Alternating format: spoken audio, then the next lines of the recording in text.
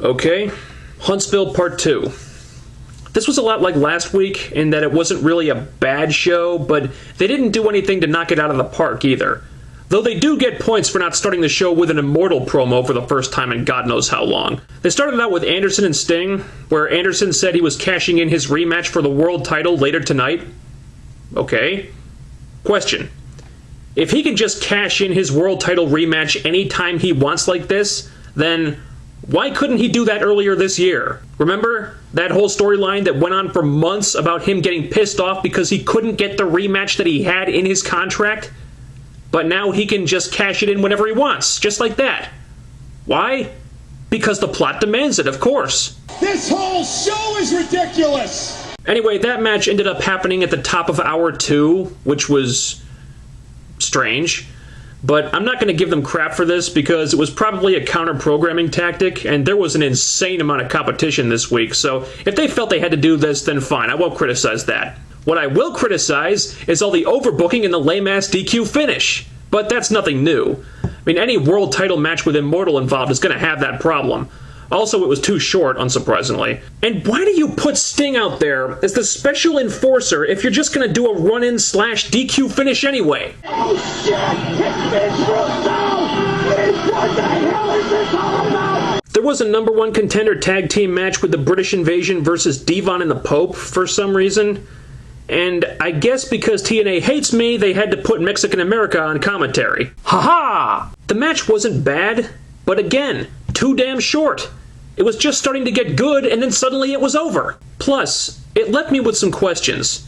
I thought Devon wanted to be a singles wrestler now. What were all those videos about where he was talking about how he closed the book on being a tag team wrestler, and now he wanted to start a new chapter with his singles career? Why the hell did you show all those if you were just going to have him form a makeshift tag team with the Pope? And another thing, I missed the part where Devon started liking the Pope. I thought he couldn't stand this guy. I thought he was just trying to put up with him because he wanted to set a good example for his kids or something like that, and now he's hugging the Pope when they win a match? What the fuck? When the hell did these guys get so close? What's more, how the hell did they get into a #1 contenders match? Wouldn't Inc. have made more sense in this spot? Jesse Neal's been healthy for a while now, but Devon and the Pope have had exactly one match as a tag team, which they lost, and now suddenly they're in a #1 contenders match? How does that even happen? I don't know. Probably the same way Robbie E can go 9 months without winning a single match, and then suddenly he's feuding for the TV title. Oh, what a bunch of bull. Because that makes sense, right? Eric Young gives Robbie a title shot because he only defends the title against TV stars, and he thinks Robbie is on the Jersey Shore. You know, because Eric Young is an idiot. Eric wins, and then Rob Terry comes out and powerbombs him, so I guess this is going to be a feud now, God help us all. Because instead of using the television title as, I don't know, a viable mid-card championship, something to groom up-and-comers for the main events, instead, the writers just wanted to be a fucking joke. This whole show violates everything about my journalistic integrity. This was so pointless. I don't know why they couldn't have put this on Explosion. This really felt like nothing more than a way to kill a few minutes so they could get Eddie Alvarez out there on commentary and let him plug some stuff. And I was glad he was out there, admittedly, because he gave me something to focus on other than the match. They had a Knockouts tag team match with Mickey and Velvet versus the time-traveling lesbian vampires. It was a passable match and decent enough hype for the Mickey Winter rematch at the pay-per-view. But at this point, they're obviously just treading water until they can do Mickey versus Velvet. If that one doesn't happen at Bound for Glory, I'll be shocked. And I am just flabbergasted that someone in TNA actually thinks this is a match worth building up to. They've clearly been grooming Velvet for something like this for a while now, and I just don't get it. There's going to be no payoff for this. You want to do Mickey versus Velvet at Bound for Glory, once that bell rings, it's going to be like, well, we spent months and months building up a challenger for Mickey, but now that it's time for her to prove that she was worth all that build-up, she still sucks. Look, Velvet Sky is a good talker. She's a good actor. She's a good performer. She's not a good wrestler. She's just not. She had a decent showing here, but that's as good as she ever gets. Most of the time, she's a lot worse. If the least talented female wrestler you have wins the Knockouts title, then that title means nothing anymore. The belt has no standards left. Anyone can win it now. But it's probably going to happen whether I like it or not. I guess I just have to live with it at this point.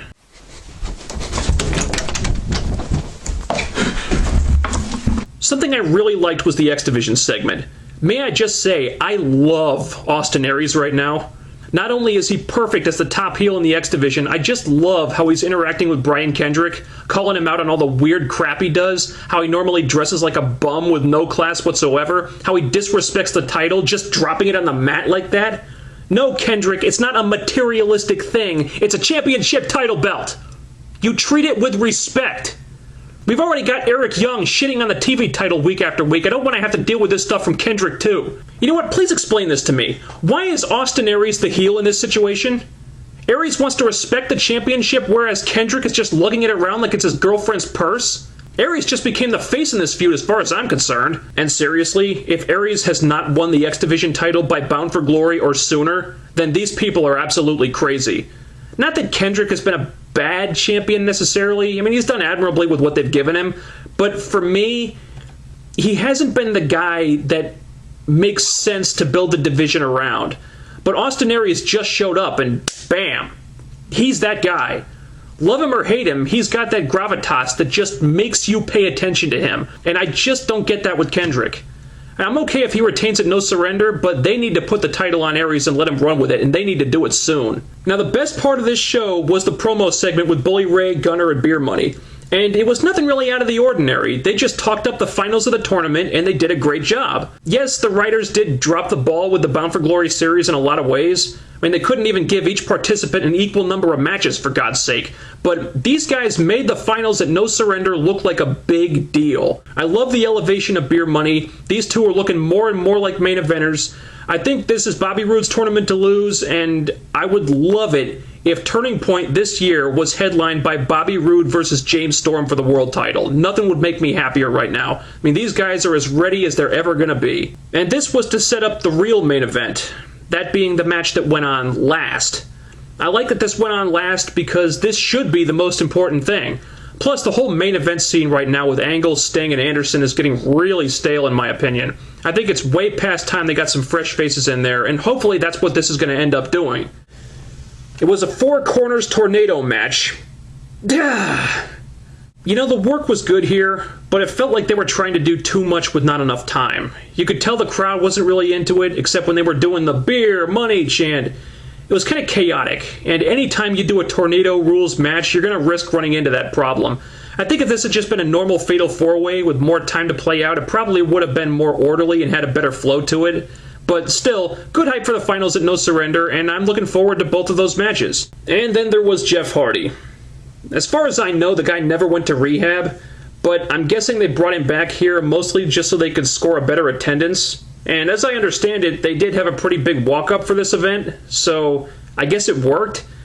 But the timing of this was really questionable. Jeff comes out, he basically prostrates himself, asks for one more chance. He seemed remorseful, which is good, but this would have been a lot easier to buy if he hadn't pled guilty to felony drug trafficking charges earlier that day. So then the crowd starts chanting, "One more shot, one more shot." Would I give him one more shot? No. Not if he hasn't gone to rehab. The guy may do big business, but at the end of the day, he's just not reliable. Every time he's reached the pinnacle of his career in whichever company he's worked for, he's found a way to sabotage himself.